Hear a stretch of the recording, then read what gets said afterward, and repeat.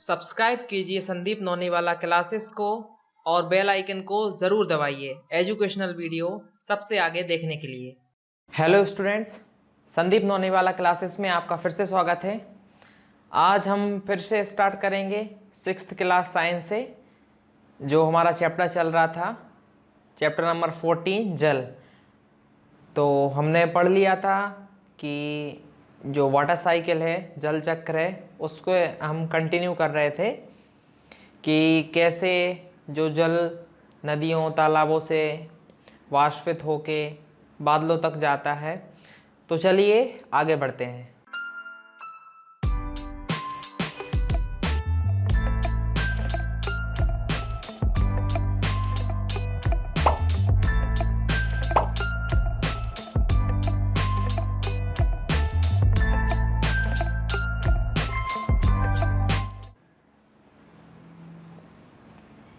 जैसा कि आप स्क्रीन पे देख रहे हैं, अब हमें आगे पढ़ना है कि बादल कैसे बनते हैं। आप स्क्रीन पे देख रहे हैं, क्रियाकलाप 3 में हमें दिखा रहे हैं, जल से आधा आधा भाग गिलास लीजिए। मतलब जो है, हमें पानी से भरा हुआ आधा भरा गिलास ले लेना है और उसके बाद क्या करना है, गिलास को बाहर से सूखे कपड़े से पोंछिए। मतलब जैसे इसमें जैसे ये यहाँ पे पानी भरा हुआ है और ऊपर इसको पोंछ लेना है। जल में कुछ बर्फ डालिए, 1 या 2 मिनट तक प्रतीक्षा कीजिए। गिलास के बाहरी पृष्ठ में होने वाले परिवर्तन का प्रेक्षण कीजिए। हम जब गिलास में पानी भर लेते हैं और उसमें यदि बर्फ डालते हैं तो देखते हैं कि बाहर तरफ में एकदम हल्की ओस की बूंदे जैसे ओस जैसे जम जाती है। गिलास की बाहरी सतह पर जल की बूंदें कहाँ से आती हैं? बर्फ युक्त जल से भरे गिलास की बाहरी सतह बाहर की हवा को ठंडा कर देती है और जल वाष्प की गिलास की सतह पर संघनित हो जाती है। संघनन के इस प्रक्रम को हमने अध्याय 5 के क्रियाकलाप 7 में देखा था और इसमें आपने देखा होगा कि ऐसे जब जो गिलास कभी भी आप देखेंगे कि जो ठंडा पानी आप गिलास में डालेंगे, फ्रिज का जो पानी है, तब भी बाहर तरफ में ऐसा जम जाता है। जो जल कणिका यहाँ पे दिखा रहे हैं, जल को पृथ्वी के पृष्ठ पर पुनः वापस लाने में संघनन प्रक्रम की एक महत्वपूर्ण भूमिका निभाता है। और ये जो संघनन की प्रक्रिया है, इससे जो है जल वापस पृथ्वी पे आ जाता है। यह कैसे होता है? जैसे जैसे हम पृथ्वी के पृष्ठ से ऊपर जाते हैं, मतलब पृथ्वी से जब ऊपर तरफ जाते हैं तो ताप कम होता जाता है। जैसे जैसे वायु ऊपर उठती जाती है और ठंडी होती जाती है, पर्याप्त ऊंचाई पर वायु इतनी ठंडी हो जाती है कि इसमें उपस्थित जल वाष्प संघनित होकर छोटे छोटे जल की बूंदें, जिन्हें जल कणिका कहते हैं, में परिवर्तित हो जाती हैं। और ये ही छोटी जल कणिकाएं जो वायु में तैरती रहती हैं, हमें बादलों के रूप में दिखाई देती हैं। मतलब जैसे ऊपर तरफ चले जाते हैं जो बादल, तो वो बादल बन जाते हैं।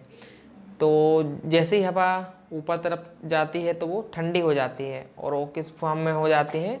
जल कणिकाओं के फॉर्म में। ये ही छोटी जल कणिकाएं जो वायु में तैरती हैं, हमें बादलों के रूप में दिखाई देती हैं। उसके बाद ये बादल बन जाते हैं। इस प्रकार बनी हुई बहुत सी जल कणिकाएं आपस में मिलकर एक बड़े माप की जल की बूंदें बनाती हैं। मतलब जो है बहुत बड़े अमाउंट में जो है इकट्ठा हो जाता है तो बड़े बादलों के रूप में बन जाता है। इनमें से कुछ जल की बूंदें इतनी भारी हो जाती हैं कि वे नीचे की ओर गिरने लगती हैं। इन गिरती हुई बूंदों को हम वर्षा कहते हैं। मतलब जब ऊपर यदि उनका जो मास वो बहुत ज़्यादा हो जाएगा और इतनी भारी हो जाएंगी कि वो अब ऊपर से नीचे तरफ गिरने लगती हैं, तो उनको हम बोलते हैं वर्षा। विशेष परिस्थितियों में यह ओले और हिम के रूप में भी गिर सकती हैं।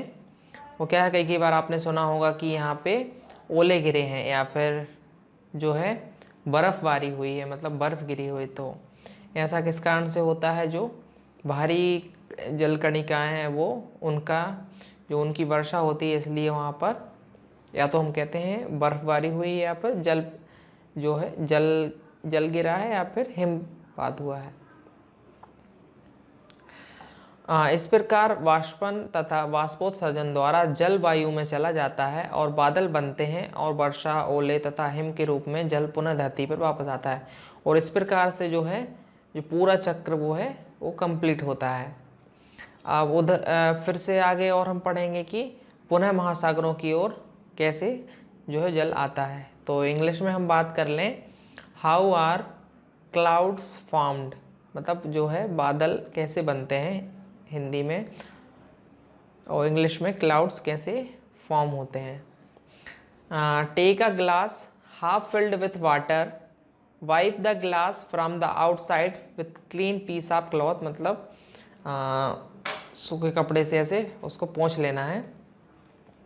Add some ice into the water, wait for the 1-2 minutes, observe the changes takes place outside surface of the glass। और ग्लास में जब हम हल्की सी आइस डालेंगे, बर्फ़ डालेंगे, तो जो है उसके चारों तरफ देखेंगे बाहरी परत में 1-2 मिनट बाद हल्की हल्की ऐसी बूंदें आ जाएंगी।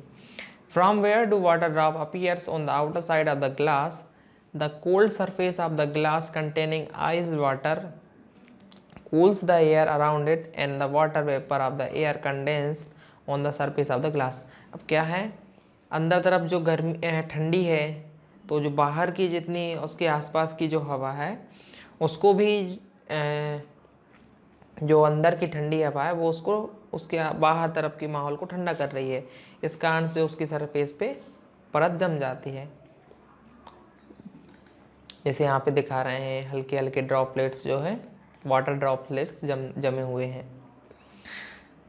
The process of condensation plays an important role in bringing water back to surface of earth।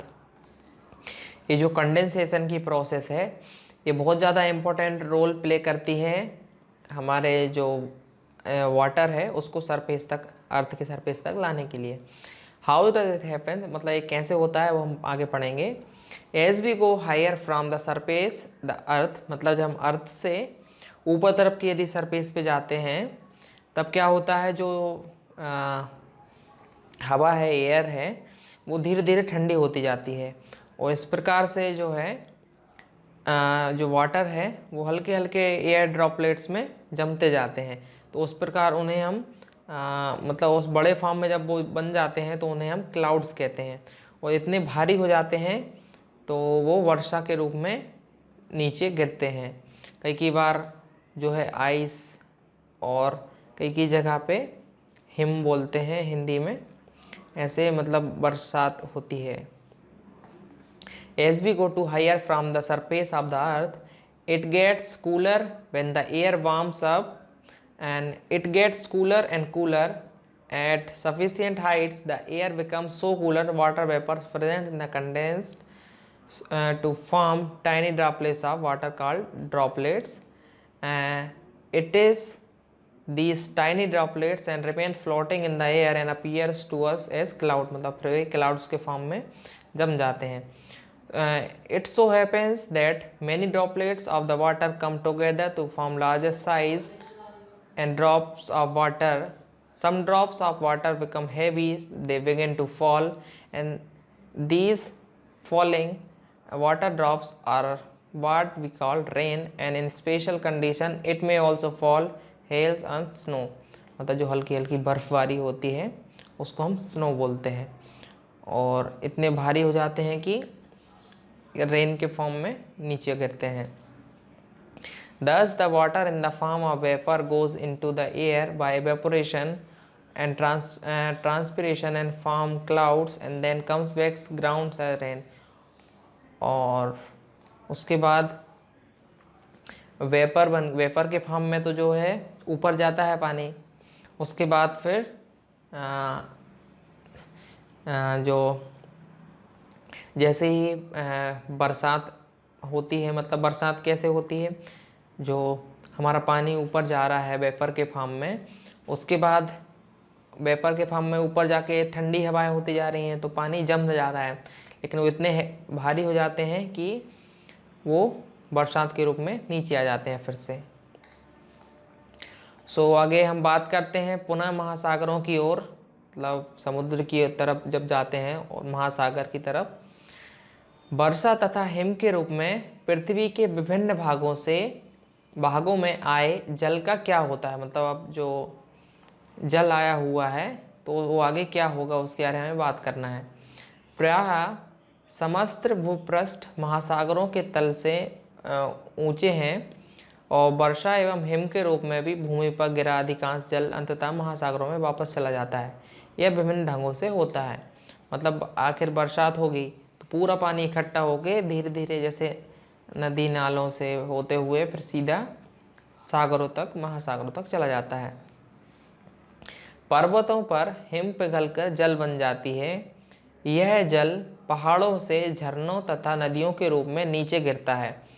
कुछ जल जो वर्षा के रूप में भूमि पर गिरता है वह भी नदियों एवं झरनों के रूप में बह जाता है। अधिकांश नदियां भूमि पर लंबी दूरी तय करती हैं, अंततः किसी समुद्र या महासागर में गिर जाती हैं। तथापि कुछ नदियों का जल झीलों में बह जाता है, मतलब ऐसे जो है एक लाइन स्टेप बाय स्टेप होता है। जैसे शहरों से होते हुए छोटे नालों से होते नदियों में जाता है, फिर कई जगह झीलों में पानी, और फिर आगे आगे ऐसे सागरों तक पहुंचता है। वर्षा का जल भी झीलों तथा तालाबों को भर देता है। वर्षा के जल का कुछ भाग भूमि द्वारा सोख लिया जाता है और मृदा में विलुप्त हुआ प्रतीत होता है। इस जल का कुछ भाग बाष्पन तथा बाष्पोत्सर्जन द्वारा वापस वायु में चला जाता है, मतलब कुछ तो बह जाता है और कुछ सोख लिया जाता है भूमि से, और उसके बाद कुछ जो है वापस वायु में चला जाता है। शेष जल धीरे धीरे भूमि के नीचे रिसता रहता है और इस जल का अधिकांश भाग हमें भूम जल के रूप में उपलब्ध हो जाता है। कुओं का भरण भूम जल से ही होता है, मतलब कुएं में जो पानी भरता है वो नीचे जो हमारा भूमि में जल रहता है उसके कारण, रिसाव के कारण ही कुएं जो भरते हैं। कुओं का वर्णन भूम जल से ही होता है। इसी प्रकार कुछ झीलों के जल का स्रोत भी भूम जल ही होता है। हैंडपंप नलकूपों में खींचा गया जल भूम जल से ही आता है। जिन क्षेत्रों में अधिक हैंडपंप या नलकूप उपयोग होते हैं वहाँ पर भूम जल प्राप्त करने के लिए हमें गहरी खुदाई की आवश्यकता होती है। अतिउपयोग के कारण भूम जल के स्तर की यह क्षति चिंता का विषय है, मतलब जैसे इस जगह जैसे बहुत सारे हैंडपंप हैं तो वहाँ पर पानी बार बार निकाला जा रहा है, तो इस कारण से जो पानी का स्तर है वो धीरे धीरे कमता जा रहा है। जैसे बहुत सारी जगह जहाँ पे पत्थर है, अब यदि हम लें भोपाल की जगह, भोपाल में पूरा पहाड़ी एरिया है तो वहाँ पर बहुत गहरी खुदाई करनी पड़ती है जब वहाँ जाके पानी मिलता है। पहली एक चिंता को आपसे बांटना चाहती है। उन क्षेत्रों में जहाँ भूमि पर वनस्पति बहुत कम है या बिल्कुल ही नहीं है वहाँ वर्षा का जल शीघ्र बह जाता है। बहुत से ऐसे भी क्षेत्र हैं जहाँ पर अधिकांश जमीन कंक्रीट से ढकी होती है। ऐसी भूमि में जल का रिसाव बहुत कम होता है जिससे अंततः भूम जल की उपलब्धता प्रभावित हो जाती है। वर्षा का बहता जल अपने साथ मृदा के ऊपरी पृष्ठ को भी बहा ले जाता है, मतलब क्या इतना बहाव आता है तो ऊपर का जो भाग है वो भी कई बार बह जाता है। अब हम यह जानते हैं कि भूमि की सतह पर वर्षा रूपी जल ओलों एवं हिम के रूप में महासागरों में वापस पहुंच जाती है। इस प्रकार जल पृथ्वी की ऊपरी सतह से जल वाष्प के रूप में वायु में जाता है। वर्षा ओलों तथा हिम के रूप में वापस लौट जाता है, मतलब अलग अलग तरीके से जो है पानी है जो है कुछ बह जाता है, कुछ समुद्र तक पहुंच जाता है, कुछ फिर से ऊपर चला जाता है। यहाँ पे हमें बता रहे हैं बरसात से जो पानी आया फिर तालाबों से ऊपर चला गया और समुद्र से भी ऊपर, अलग अलग तरीके से जल चक्र यहाँ पे समझाया गया है।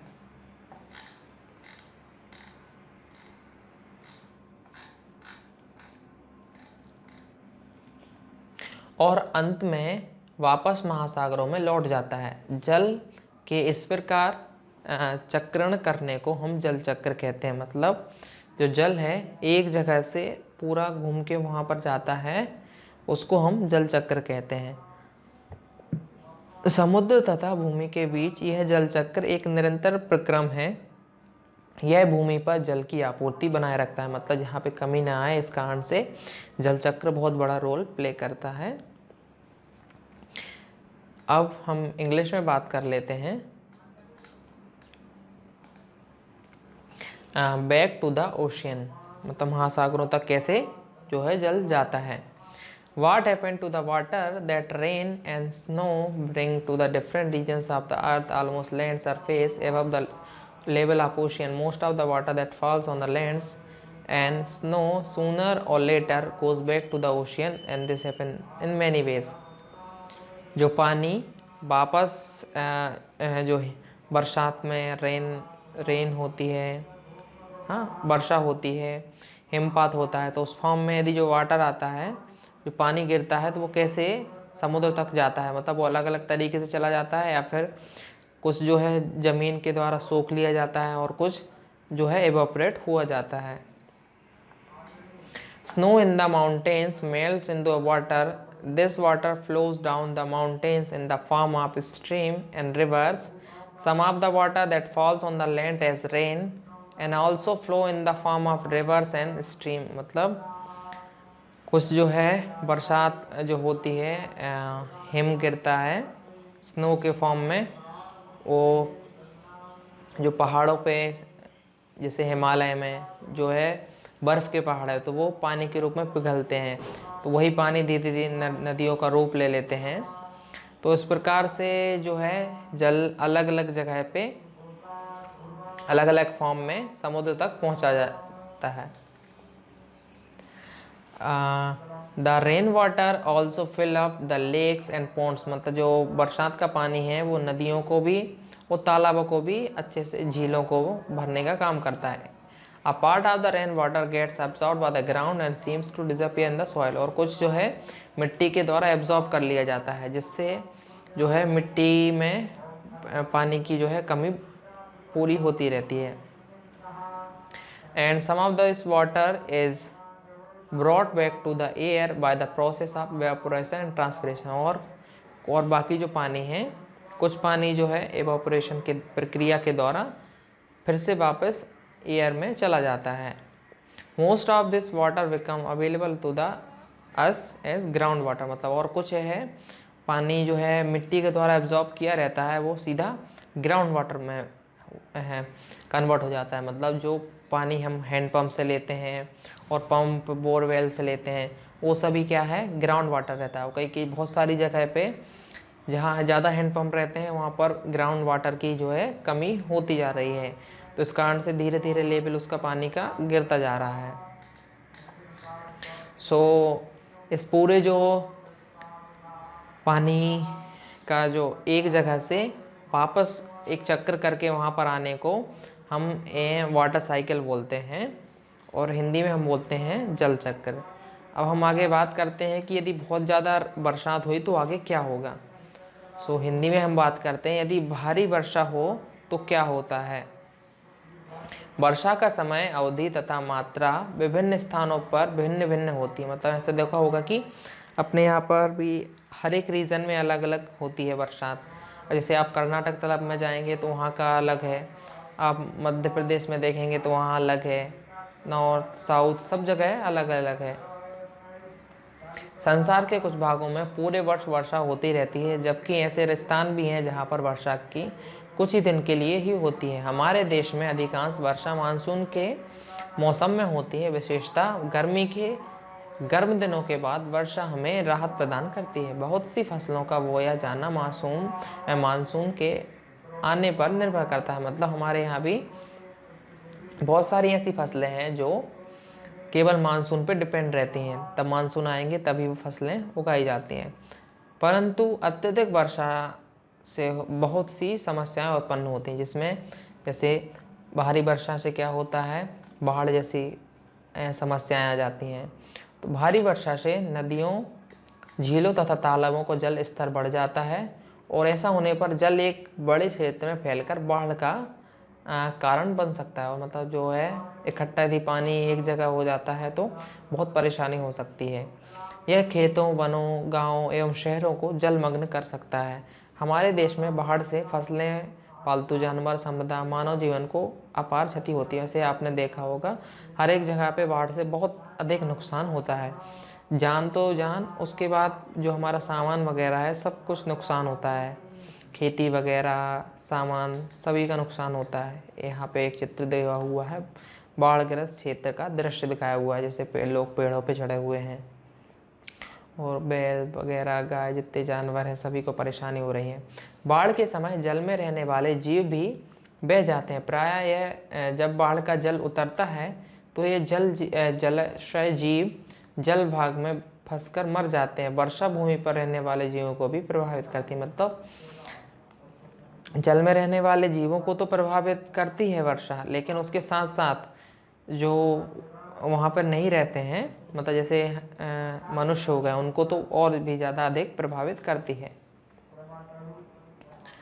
और आगे बात करते हैं, यदि काफ़ी समय तक वर्षा ना हो तो क्या होगा। अब यदि वर्षा नहीं होती है तो उस समस्या को हम बोलते हैं सूखा पड़ना। क्या आप कल्पना कर सकते हैं कि यदि किसी क्षेत्र में एक वर्ष या उससे भी अधिक समय तक वर्षा ना हो तो क्या होगा। वाष्पन एवं बाष्पोत्सर्जन द्वारा मृदा में लगातार जल की क्षति होती रहती है। मतलब क्या है, जो पौधे लगे हुए हैं उनसे हमेशा से जो पानी है वो हवा में और पूरे जलवायु में छोड़ा जाता है। उस कारण से जल मिट्टी से लिया जा रहा है तो जल की वहाँ पे कमी होती जाएगी और धीरे धीरे फिर क्या होगा, इसलिए मृदा सूख जाती है और उस क्षेत्र के तालाबों, कुओं में जल का स्तर गिर जाता है। उनमें से कुछ सूख भी जाते हैं और भूम जल की भी कमी हो जाती है। इससे सूखा पड़ जा सकता है।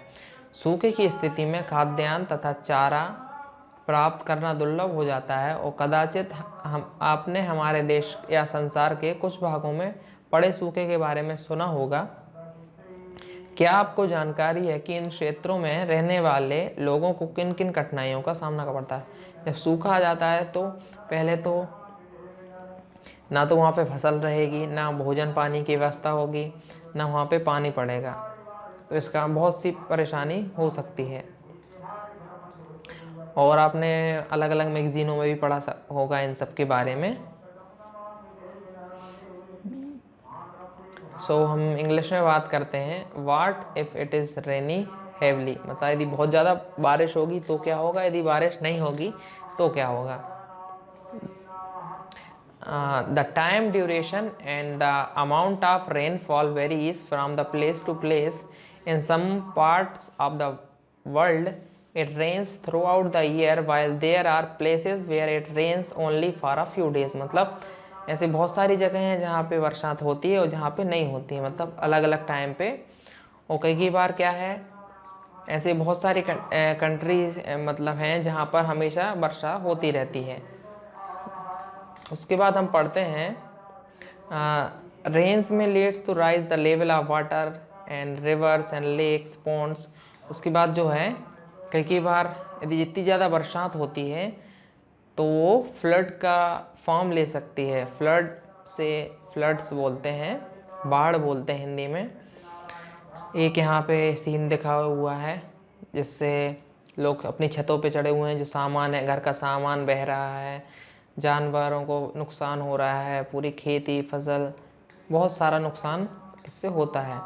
What happen if it does not rain for a long time, मतलब लंबे समय तक यदि नहीं होगा तो क्या होगा, तो धीरे धीरे करके वहाँ पे सूखा पड़ जाएगा, पूरा ड्राई हो जाएगा। वो जो मिट्टी है वो भी सूख जाएगी, ना तो वहाँ पे पौधे होंगे ना फसल होगी, तो खाना और पीना दोनों ही परेशानी सभी को जाएगी। यदि अब हम आगे पढ़ते हैं, हम जल को कैसे संरक्षित कर सकते हैं, मतलब हम कैसे सेव कर सकते हैं कि जिससे हमें ये सब परेशानी ना हो। पृथ्वी पर उपलब्ध जल का केवल एक छोटा सा भाग ही पौधों, जंतुओं, मनुष्यों के उपयोग के लिए उपयुक्त होता है। आपने पढ़ा होगा कि पृथ्वी पर जो बहुत ही कम पानी है जो हमें पीने लायक है, उसके साथ साथ इन सभी के लिए भी उसी में से उपयोग किया जाता है। अधिकांश जल महासागरों में है, जिसे सीधे ही उपयोग में नहीं लाया जा सकता, क्योंकि उसमें बहुत सारे जो है केमिकल्स की बात अलग, उसमें जो है बहुत सारे सॉल्ट्स मिले हुए हैं, इसलिए उसको हम डायरेक्टली पी नहीं सकते हैं। तो जब भौम जल का स्तर अत्यधिक गिर जाता है, तब भौम जल का और अधिक उपयोग नहीं कर सकते। पृथ्वी पर जल की कुछ मात्रा समान रहती है, परंतु उपयोग के लिए उपलब्ध जल की मात्रा अत्यंत सीमित है। अति उपयोग के लिए कारण घटती जा रही है। मतलब क्या है, जल जो है हम बहुत सारा उपयोग में तो नहीं लाते, लेकिन उसको निकाल लेते हैं पृथ्वी से, तो स्तर जो है धीरे धीरे घटता जा रहा है। तो जल की मांग प्रतिदिन बढ़ रही है। जनसंख्या वृद्धि के साथ साथ जल का उपयोग करने वाले लोगों की संख्या भी बढ़ रही है। बहुत से नगरों में जल भरने के लिए लंबी कतारों का दिखना एक साधारण दृश्य है। मतलब बहुत सारे शहरों में आपने देखा होगा ऐसे लंबी लंबी लाइन लगानी पड़ती है। खाने की वस्तुओं के उत्पादन और उद्योगों में भी जल की अधिकाधिक मात्रा का उपयोग हो रहा है। इन्हीं कारणों से संसार के बहुत से भागों में जल की कमी हो गई है। इसलिए यह आवश्यक है कि जल का विवेकपूर्ण उपयोग किया जाए और हम सावधानी बरतें, जिससे जल व्यर्थ ना हो। मतलब वेस्टेज हमें नहीं करना है, जितना काम हो उतना ही वेस्ट करना है, उतना मतलब उपयोग करना है। तो लोग क्या करते हैं, जैसे यदि कार धोना है तो उसको बहुत सारा पानी, नल चल रहा है और पूरा पानी उस पर फेंक देते हैं। तो उसको लिमिट में उपयोग करेंगे जिससे हम आगे तक उसका उपयोग कर सकते हैं। अब हम आगे पढ़ेंगे कि वर्षा के जल का संरक्षण कैसे कर सकते हैं। अब देखिए यहाँ पे बता रहे हैं छत पर वर्षा का जल संग्रहण। जो बरसात का पानी है उसको पाइप के ज़रिए ला रहा है फिल्टर में, फिर उसके बाद फिर यहाँ पर नीचे उसको दोबारा से हम रीस्टोर करके फिर से उपयोग कर सकते हैं। ये बहुत सारी जगह पे इसका उपयोग किया जाता है। राजस्थान तरफ में इसको उपयोग करते हैं। वर्षा के जल को एकत्र करना और उसका भंडारण करके बाद में उपयोग करना जल की उपलब्धता में वृद्धि करने का एक उपाय है। इस उपाय द्वारा वर्षा का जल को एकत्र करने की जल संग्रहण कहते हैं। इससे हम मतलब फिर से उपयोग कर सकते हैं। वर्षा जल संग्रहण का मूल मंत्र यह है कि जल जहाँ गिरे वहीं एकत्र कीजिए। मतलब कहीं भी ऐसा नहीं कि यदि और कहीं गिर रहा है तो आप कहीं भी उसको इकट्ठा कर सकते हैं। वर्षा के इस जल का क्या होता है, ऐसे क्षेत्रों में गिरता है जहां अधिकांश क्षेत्रों में कंक्रीट की सड़कें और मकान होते हैं। यह नालियों में बह जाता है।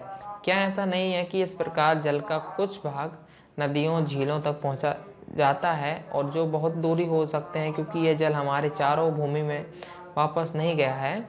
अतः इस जल को घरों में वापस लाने के लिए हमें अत्यधिक प्रयास करने की आवश्यकता होगी। वर्षा का संग्रहण की यहाँ दो तरीकों का उल्लेख किया गया, बताया कैसे कर सकते हैं, यहाँ पे बताया हुआ है। छत के ऊपर वर्षा जल संग्रहण, मतलब ऊपर ही आप चाहें तो कर सकते हैं। इस प्रणाली में भवनों की छत पर एकत्रित वर्षा के जल को भंडारण टैंक में पाइप द्वारा पहुंचाया जाता है। इस जल में छत पर उपस्थित मिट्टी के कण हो सकते हैं। तो ऊपर यदि मिट्टी के जो कण रहे हैं तो उसे क्या करेंगे, जिन्हें उपयोग करने में पहले निस्यंदित करना आवश्यक होता है। इस जल को भंडारण टैंक में एकत्रित करने के लिए स्थान पर सीधे ही पाइप द्वारा जमीन में बने किसी गड्ढे तक ले जाया जाता है, और वहां पर मिट्टी में रिसाव द्वारा भौम जल की पुनः पूर्ति करेगा। मतलब यहाँ पर फिल्टर भी लगा सकते हैं, जिससे पानी है हम दोबारा उपयोग कर सकें। और एक दूसरा विकल्प है कि सड़क के किनारों बनी नालियों द्वारा एकत्र वर्षा का जल भूमि में सीधे पहुंचने दिया जाए। मतलब सीधे जो है, यदि हम मिट्टी में जाएगा तो वो मिट्टी इस पानी को सोख लेगी। फिल्टर करते करते हम उसका उपयोग कर सकते हैं बाद में।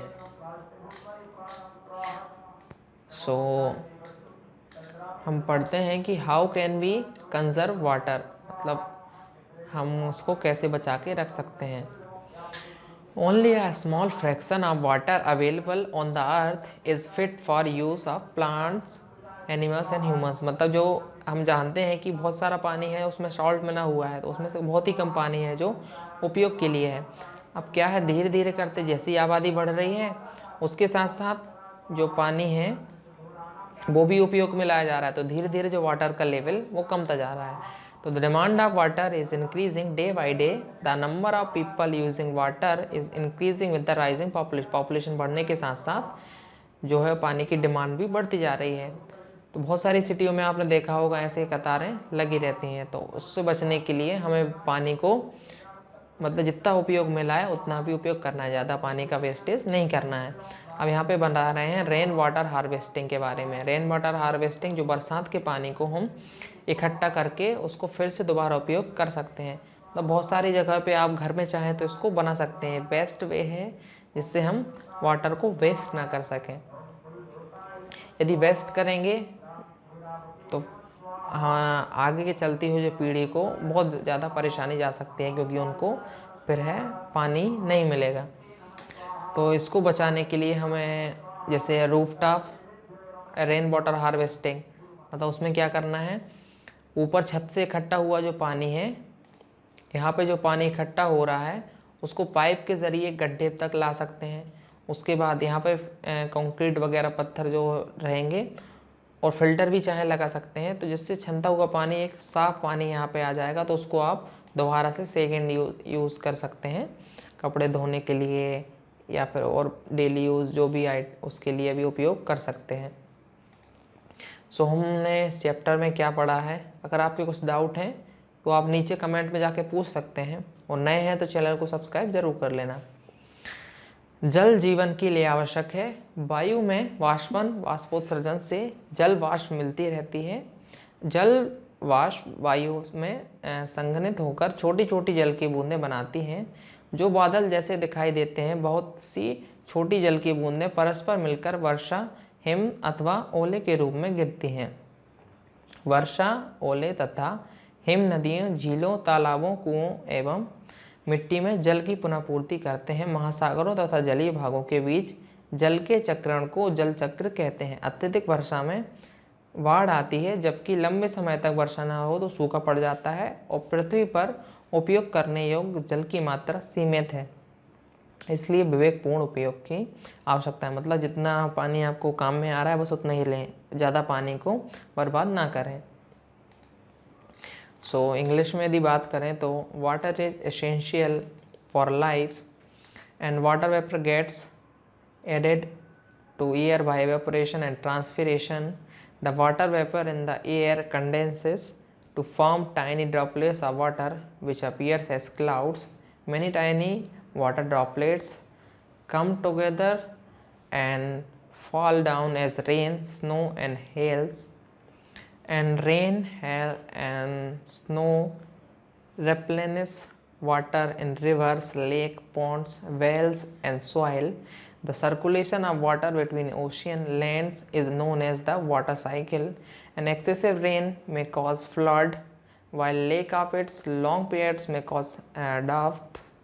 And the amount of unusable water on earth is limited, so it's need to be use carefully.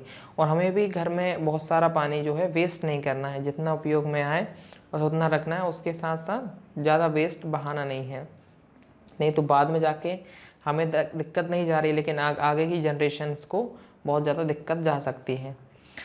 तो यहाँ पे हमारा चैप्टर ख़त्म होता है।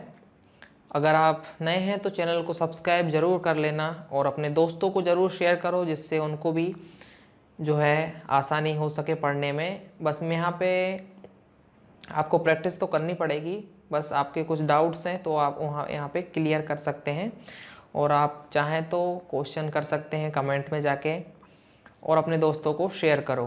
फिर मिलेंगे हम नई वीडियोस के साथ, तब तक के लिए बाय बाय।